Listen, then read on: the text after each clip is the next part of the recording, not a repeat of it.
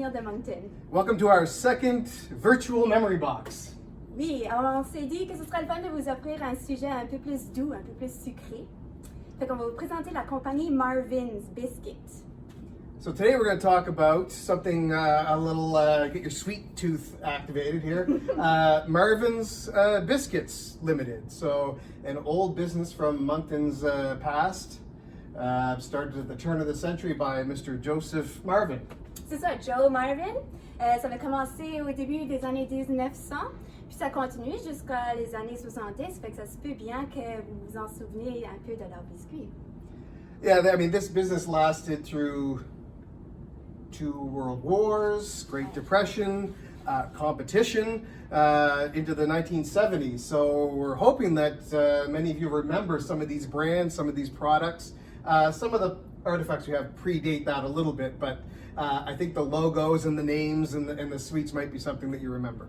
Oui, c'est ça. Moi, je m'en souviens un petit peu, mais pas autant que peut-être mes parents, mes oncles, mes grands-parents. Mais c'est ça, c'est une compagnie qui est très résiliente. Elle a survécu les 2 guerres mondiales, la Grande Dépression et même un petit peu de compétition dans la ville, que vous allez peut-être même reconnaître. So we do have a display case, but it's not all we have. We went into our artifact storage and found some others. So this case itself, actually, Eric Steves, my wife's uncle, found this and restored it.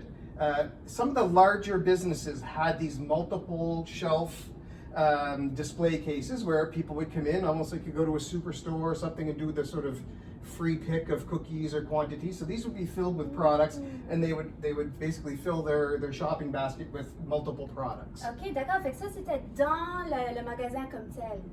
Puis les gens pouvaient aller puis choisir un petit peu des exemples de leurs produits. That's right. So what's really cool about this is it actually has the fiberboard sign under that glass and plexiglass of the Marven's Biscuit with the hand-painted white lily brand, which is the big brand for Marven's. Ben c'est ça, j'ai remarqué parce que j'ai plongé un petit peu dans le sujet, puis là j'ai vu qu'il y avait souvent cette fleur, puis c'était devenu vraiment une marque commerciale pour la compagnie. Right, it was the company name was Marven's Biscuits. Their big trademark brand at the time was White Lily Biscuits. D'accord. So biscuits, soda biscuits, Christmas puddings, soda crackers, shortbreads, all that kind of stuff. And what's really cool, that Joe started as a hardware salesman.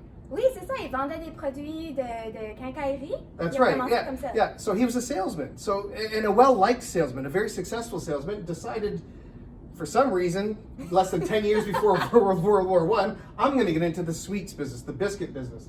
And it really took off fast. Yeah. OK, wow. Qu'est-ce qu'on aurait écrit qu'un vendeur de produits quincaillerie aurait changé complètement d'idée? Mais il y avait une personnalité, il y avait beaucoup de charisme. Les gens l'adoraient, les gens l'aimaient beaucoup. C'était le fun de le croiser, fait que ça a peut-être aidé avec sa compagnie aussi. For sure, and that's reflected in how he treated his employees. From all accounts, he treated them very well. The longer you stayed, he took care of you with large bathrooms and cafeteria areas with menus. So a good employer as well as a good salesman. So that says something about. He was probably a very good businessman to last till the 1970s, but wasn't probably a hard-nosed, whip-cracking kind of businessman. So, d'accord. Yeah. Les gens aimaient beaucoup travailler pour lui. Là. Yeah. Now, he was so successful, I don't think it's because they didn't like working for him, but Mr. Holder and Mr. Brown, that were the superintendent and the treasurer for Marven's Biscuits, in the middle of the Great Depression said, this is really good business. And maybe they thought it's depression-proof. Because 1931, wow, he's still doing well. Maybe that's a business to get into, and started a rival business on Botsford Street, the Brown Holder Biscuits. Oui, j'ai entendu dire qu'il y avait justement une compétition, puis fait que ça provient de 2 de ses employés dans le temps qui ont vu, tu sais, on va peut-être essayer de recréer le succès de la compagnie Marven's avec notre propre compagnie de biscuits à Moncton. Yeah, in the middle of the Great Depression. Pendant la Grande Dépression, en 30 31. 31. Right. So Great Depression technically started 29, D'accord. but 31 they branch out on their own, and both companies lasted until the 1970s. So Wow. pretty good. So here are some of the artifacts that we have. A lot of signage. If you can make it out here, that's actually a push bar. Push bars are very valuable commodities. Pour rentrer dans le... C'est pour une porte, ça? C'est pour un porte. It's for a store that probably would have been at the biscuit factory itself, Okay. but businesses would have been given these to put on their doors, like 7-Up and Coke that you see to advertise when you come into the store. On a les you're going to produits have Marvens. that's Oui, it, yeah. oui, oui. And here it says since 1905, so that's an original one. So starting in 1905, you had a storefront on Main Street before going over to the former cotton mill on Factory Lane, where there's Sur la rue King, ou près de la rue King, oui, Oui, c'est ça. On connaît yeah. bien cet édifice-là, là, la Marven's Building. Fait Oui. que vraiment, ça a commencé sur la rue Main avant, puis ça a changé de lieu dans les années 20. 1916, I think, is when he took 1916. over the cotton mill. Yeah, D'accord. yeah. So people will remember things like, and we'll actually pop this open, so it's still completely functional.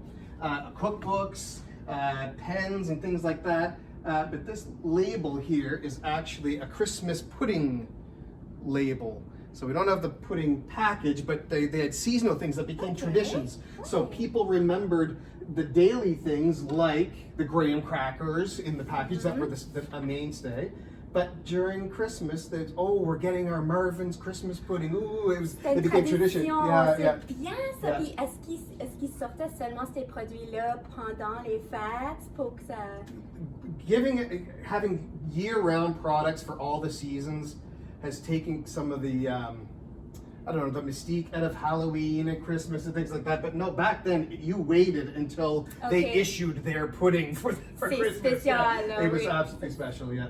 And then they gave out little toys like a little whistle and badges and things like that. There's the shortbread tins. Quand tu dis ils donnaient ces éléments-là, c'est que tu peux aller à... Well, they would give giveaways like Cracker Jacks had toys in them, but Marven's did very good promotion as well. So they were a local company, so they had pens and badges. They advertised on matchbooks. This little whistle, I'm not COVID-19. I'm not going to blow on it, but this is a little tin whistle for whistle for Marven's Biscuits. Little things like that. Le marketing était vraiment une de leurs forces. Puis j'ai remarqué, puis on pourra en discuter aussi sur leurs items, sur leurs canettes. Ils font même des références historiques. Fait que ça ajoutait un petit peu à notre culture, à notre histoire. On apprend sur les Écossais, sur cette canette ici, etc. Il y a des jeux.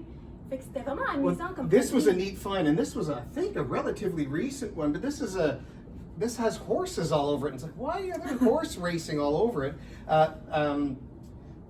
This one was. It just says Marven's Biscuits lead in quality, and so this was a biscuit tin, but.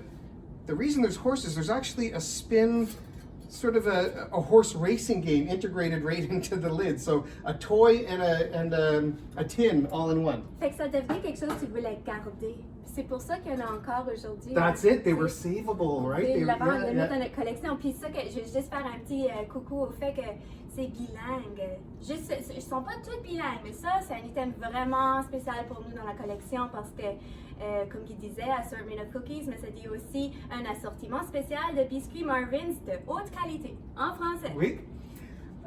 So, like I said, bigger places would have these cabinets, perhaps grocery stores or larger ones. But if you were a smaller store that just wanted to carry some of the products as a countertop, quick grab kind of thing, right. they would actually get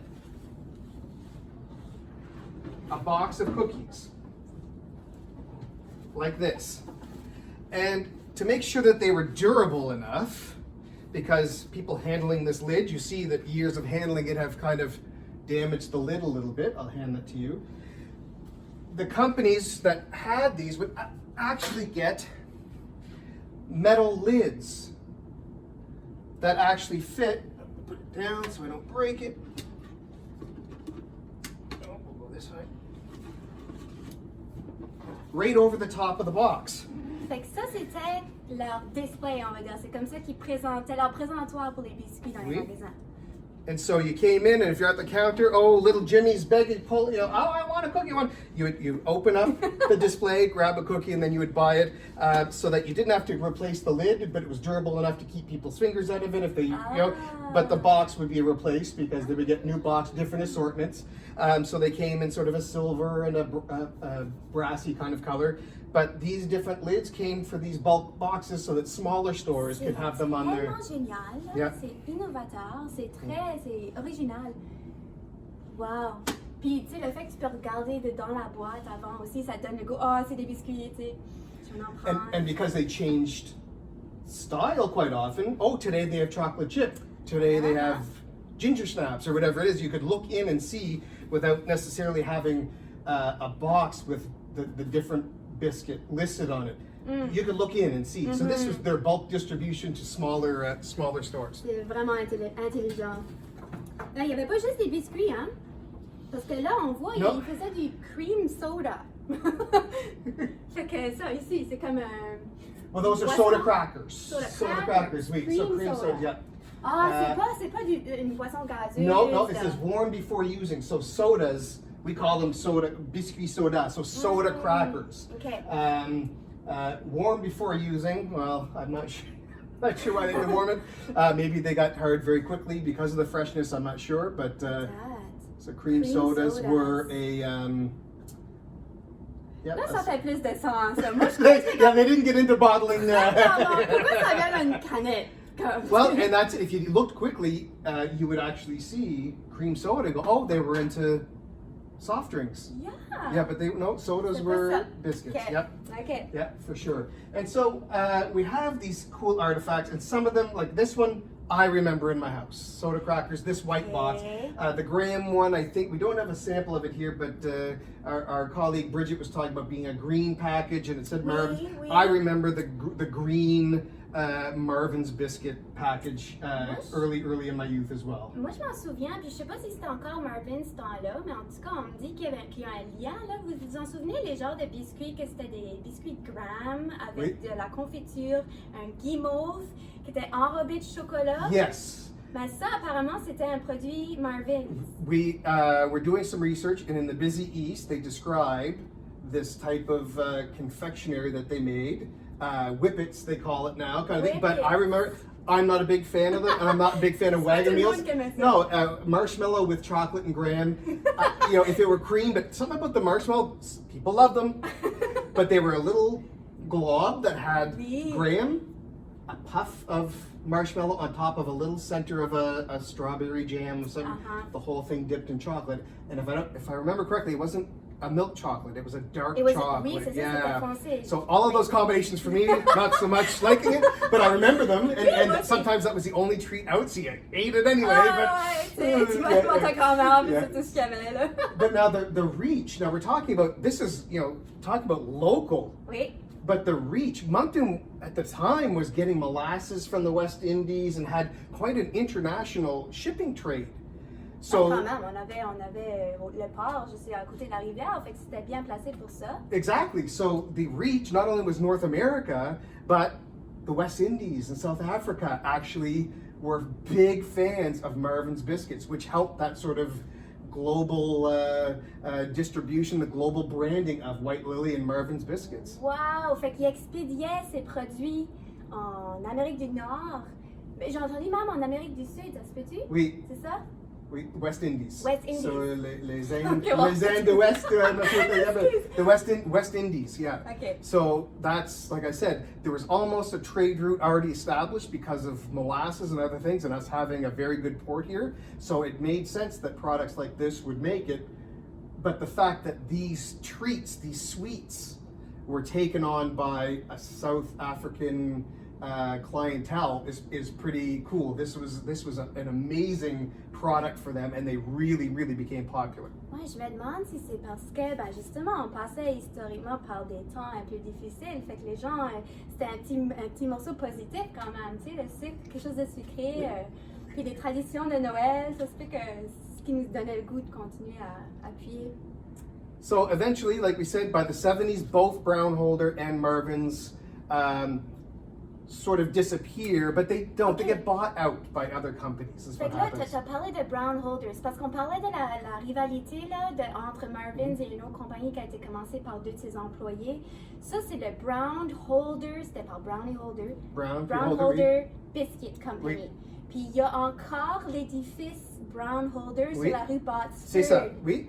Fait que c'est vraiment pas loin d'où No, they could probably Marvens- see each other on a good day. C'est ça, là. Or smell each other's products and try to Okay. figure out. Yeah. Fait yeah. que ça continue jusqu'à les années 70, mais... Right, and even before that, we're talking about the brand lasting that long. Ah, d'accord. Okay, so they do start getting bought out. I think the first buyout was Marvin's was bought out by Weston, as in George Weston, eventually becomes Loblaws kind of thing. And the others bought out by Dare, the Dare cookies. d'accord. But they all kind of get bought out by larger and larger people, and eventually Canada Bread and it bought everything biscuit and bread related. So they become part of conglomerates, and then by the 70s, the brands kind of disappear. They get diluted into the larger company, but at least the brands lasted until the D'accord. En fait, 70s. la compagnie comme telle, Marvens, n'a pas nécessairement duré jusqu'aux années 70. Elle a été fusionnée avec d'autres compagnies, mais le branding a continué jusqu'à That's right, yeah. 76. And that's why we remember it. D'accord. And it was Mr. Holder's son that took over and brought it into the from the 1950s into the 70s. So that was a true family wow. enterprise up until the 70s, and then gets bought out. Le fils de Monsieur Holder, de la rivalité, c'est lui qui a continué avec le Marvens pour l'apporter à... Wow, c'est une vraie- Pour Brown Holder. Ah, pour Brown Oui, Holder, yeah. désolé, ok. Yeah. Ouais. Yeah, get them confused because they all Ah, work. tu- They all c'est work tout- in, and I don't know how bad the rivalry was, whether they had competing products necessarily. Je sais pas. No idea what the nature is, but they were competition at the Oui, time. oui. Friendly rivals? Ben, c'est Don't ça. know. Ben, We weren't there. on n'était pas là, mais c'est sûr que ça fournit à leur succès quand même. Tu sais, quand c'est un peu de compétition, ça peut t'inspirer à faire les choses différemment. puis- Absolutely, yeah. So a lot of things worked in favor for both companies to certainly survive when you're talking Marvin's, the world wars and things like that. It's people talk about nothing's constant but death and taxes. Well, apparently sweets should be tucked in there as well because everybody wanted crackers, graham crackers, sweets, things like that. So Right. that was never at risk of being, unless they started building military equipment out of biscuits, they were pretty safe. Ouais, Yeah. c'est ça. Puis, en fait, dans nos lectures, on a aussi vu comment, parce que ça avait commencé sur la rue Main, puis ensuite, il a bougé la compagnie sur près de la rue King, la factory. Factory Lane. Factory Lane.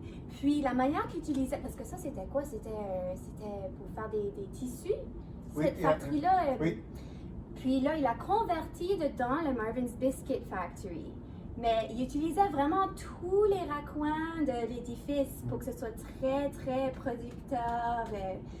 Yeah, when they converted the cotton factory, it was a factory. It was a warehouse-sized thing, very big, lot of space. They were apparently very efficient in using that space. Modern equipment crammed every possible corner. As you mentioned, that you found in the research that they would get their flour in. It wasn't like they backed up to the back and then Non, ça it went montait up jusqu'au up troisième a étage. conveyor belt that made its way like the opening of Laverne and Shirley. I don't know, Dans une brasserie, yeah, là, tu sais, yeah. ça passe par partout, là. So it really was a factory that used the entire building, and just judging by the success, no doubt efficiency was part of the plan for it to be as successful as it was. C'est génial. Puis nous, on veut entendre vos histoires. Si vous avez des souvenirs, il y a quelqu'un qui a mentionné que tu pouvais rentrer dans l'édifice, puis tu pouvais avoir accès à des biscuits gratuits. C'était quoi cette histoire-là? C'était comme des biscuits qu'on cassait ou... I don't know if they were free, but it was seconds. So Okay. whenever there were broken biscuits, like Ganon, same thing. If you go to a Ganon factory, you get their seconds. So misshapen chicken bones or whatever. D'accord. That there's a bulk of them for sale, but maybe they did give them away for free if kids came in and there was Tu sais, broken sorti avec biscuits. ta Yeah. famille, on va aller chercher Yeah. des biscuits. Des biscuits cassés en deux, mais Yeah, tu sais. they taste the same. I can Ah. vouch that they taste the same whether they're broken or not. Cool. Ouais, voilà. Fait que la compagnie Marven, on espère que ça vous a donné le goût de manger un peu de biscuits. Puis c'est ça. Fait que si vous avez des questions, on est là. Puis on a hâte de vous présenter un autre sujet la semaine prochaine. Bye.